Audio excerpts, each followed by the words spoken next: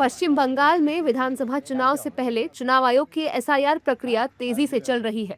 मतदाता सूची पुनरीक्षण के बाद पश्चिम बंगाल में सबसे बड़ा बदलाव देखने को मिल सकता है। यहाँ मृत, स्थायी रूप से स्थानांतरित, पता न मिलने वाले या कई जगहों पर पंजीकृत मतदाताओं के कारण करीब 58 लाख नाम हटाए जा सकते हैं।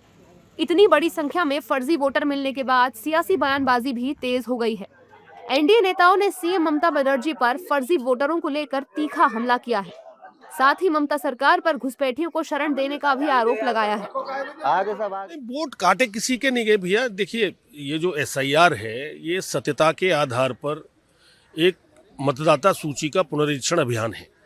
इसमें जिन लोगों की मृत्यु हो गई है वो वोटर नहीं रह सकते, जो लोग शिफ्टिंग हो गए हैं वो नहीं रह सकते, जिनके वोट डबल हैं वो नहीं रह सकते, और जो बांग्लादेशी घुसपैठिए और रोहिंग्या हैं वो भारत में भारत के गरीबों का हक खाने का काम कर रहे हैं, चाहे वो बंगाल में रहते हो चाहे देश के किसी कोने में रहते हो।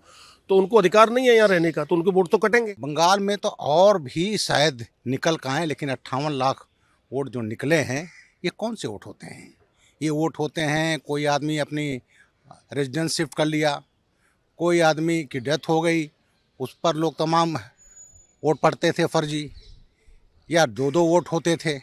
और बंगाल में सबसे बड़ी समस्या है बांग्लादेशी और रोहिंग्या की, जिसको एक वोट बैंक के राजनीति के तहत पहले लेफ्टिस्ट ने और अब ममता बनर्जी ने उनको बसाया, वो भाग रहे हैं। तो जो वोट तमाम कम हुए हैं उसमें अधिकतर ऐसे लोगों का वोट है जो विदेशी हैं। इस प्रजातंत्र में वोट देने का अधिकार भारतीय को है, किसी बांग्लादेशी को, रोहिंग्या को नहीं। देखिए, एक चीज तो स्पष्ट है, मीडिया में भी खबरें आती रही हैं कि जब से एसआईआर शुरू हुआ है, जो अवैध बांग्लादेशी घुसपैठिए थे वो एक पर्टिकुलर एरिया है पश्चिम बंगाल का, उससे वो बांग्लादेश वापस भाग रहे हैं। यही डर हमें पैदा करना अवैध घुसपैठियों का, जो रहते हैं देश में और संसाधन देश का खाते हैं और देश के नागरिक भी नहीं है। वहीं पश्चिम बंगाल के राज्यपाल सीवी आनंद बोस ने दावा किया है कि जब से राज्य में एसआईआर की प्रक्रिया शुरू हुई है, राज्य से बांग्लादेशी और घुसपैठिए भाग रहे हैं। उन्होंने कहा कि राज्य में एसआईआर होना जरूरी था। That is a reality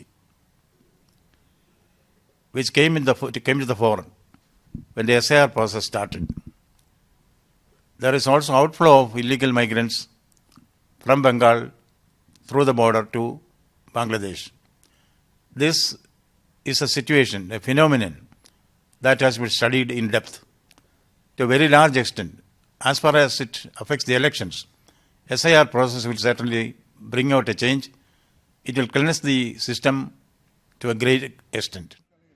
लेकिन दूसरी ओर विपक्ष को एसआईआर और फर्जी वोटरों के सामने आने पर ज्यादा भरोसा नहीं है।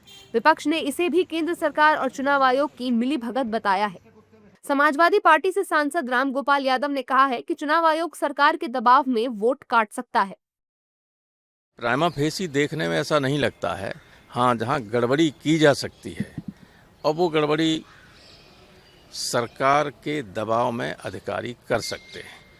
जैसे उत्तर प्रदेश में ये कोशिश की जा रही है कि मुस्लिम नाम जो हैं उनमें स्पेलिंग में भी अगर फ़र्क हो तो उनको कैटेगरी सी में डाल दीजिए।